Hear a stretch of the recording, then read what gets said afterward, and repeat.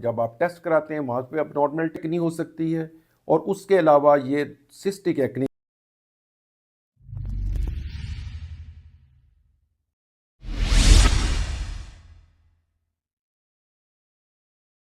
Hormonal acne के बारे में बात करेंगे। इंतहाई अहम टॉपिक है और बहुत बड़ा इशू है, क्योंकि इसका ट्रीटमेंट जो है वो नॉर्मल एक्नी से थोड़ा सा डिफरेंट होता है। इसका आउटकम भी डिफरेंट है और इसको समझने के लिए ज़रूरत है कि कब आप एक एक्नी को हार्मोनल एक्नी डिक्लेयर करते हैं।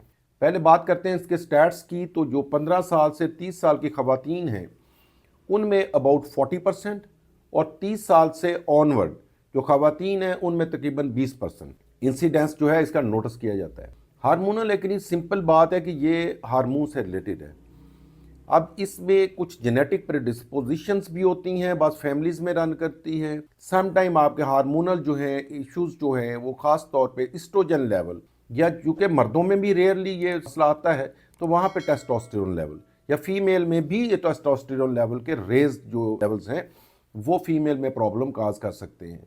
समटाइम ये पॉलीसिस्टिक ओवेरियन डिजीज़ कुछ लोगों में होती है, उसमें फीमेल में भी इसका इंसिडेंस बढ़ जाता है।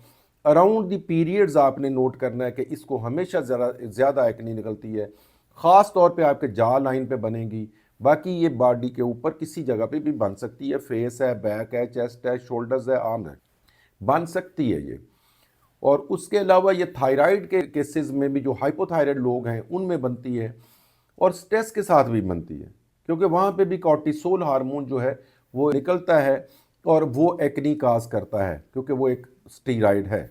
ये तो वजूहात हैं जिनकी वजह से ये एक्नी बनती है। अब इसकी जो प्रेजेंटेशन होती है वो यूजली माइल्ड टू सीवियर तक होती है। कॉमिडोन्स हो सकते हैं, पस्चुलर एक्नी हो सकती है, और उसके अलावा ये सिस्टिक एक्नी बन सकती है या नाडुलोसिस्टिक एक्नी हो सकती है।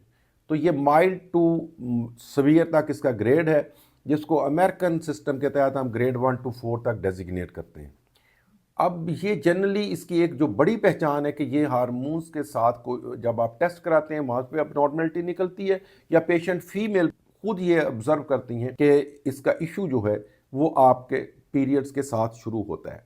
वैसे पीरियड्स में नॉर्मली एक दो एक्नी का निकलना प्रोजेस्टेरोन हाई लेवल्स की वजह से उसको हम हार्मोनल एक्नी में डिक्लेयर नहीं करते, वो कोई पैथोलॉजिकल कंडीशन नहीं हम गिनते, ना ही उसका लंबा चौड़ा ट्रीटमेंट किया जाता है। अब आते हैं जी इसके ट्रीटमेंट की तरफ। फर्स्ट ऑफ ऑल जो टॉप ऑफ लिस्ट है कि वो ये है कि आप अच्छा क्लिनजर और अच्छा फेस वॉश यूज़ करेंगे जिसमें BHA लाइक सैलिसिलिक एसिड हो। सेकेंडली बेंजाइल परऑक्साइड जो है वो मुख्तलिफ कॉन्सेंट्रेशंस में मिलता है, तो 0.025 से लेकर के 0.05 तक, तो उसको यूज़ किया जाता है, मुख्तलिफ फॉर्म्स में मौजूद है मार्केट में। थर्डली इसमें आपने जो स्पाइरेनोलैक्टोन है, बेसिकली ब्लड प्रेशर की मेडिसिन है, इसको 25 mg से लेकर के 50 या 100 mg तक आपका डर्माटोलॉजिस्ट जो है उसके मशवरे से ली जा सकती है।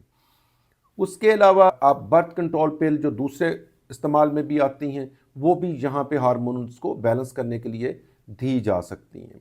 थर्डली एक बहुत नया मालिक्यूल या बहुत नई एक रिसर्च है जो कि बाहर मेडिसिन ये मिल रही है, वो anti testosterone level topical medicine है, लगाने क्रीम फॉर्म में आता है, क्लास्टोटेरोन। तो ये जो मॉलिक्यूल है बेसिकली क्लास्टोटेरोन का, ये बेसिकली आपके जो एंड्रोजन हार्मोन के रिसेप्टर्स होते हैं एक्नी को बढ़ावा देने वाले, उनको ब्लॉक करता है। तो ये अभी पाकिस्तान में अवेलेबल नहीं है। बाकी दो चीज़ें आपको स्पाइरेनोलैक्टोन भी एल्डेक्टोन के नाम से अवेलेबल है, बर्थ कंट्रोल पिल्स भी अवेलेबल हैं, ये हम यूज़ यहाँ पे करते हैं। तो यूजली इनका बड़ा अच्छा आउटकम होता है। साथ आपने एंटीबायोटिक्स का एक शॉर्ट कोर्स हम देते हैं, या अगर ज़रूरत पड़े और इंडिकेटेड हो तो आइसोट्रेटिनाइन को भी यूज़ कर सकते हैं।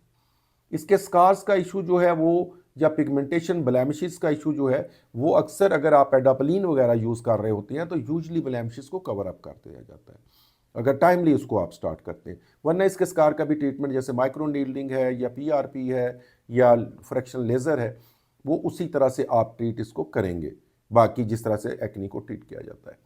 तो ये एक इम्पॉर्टेंट टॉपिक था और ये ज़रूरी था कि समझा दिया जाए कि इसका एक्नी का डिफरेंस क्या है और इसके जो ट्रीटमेंट है उसमें क्या फ़र्क है दूसरे टेक्निक के साथ।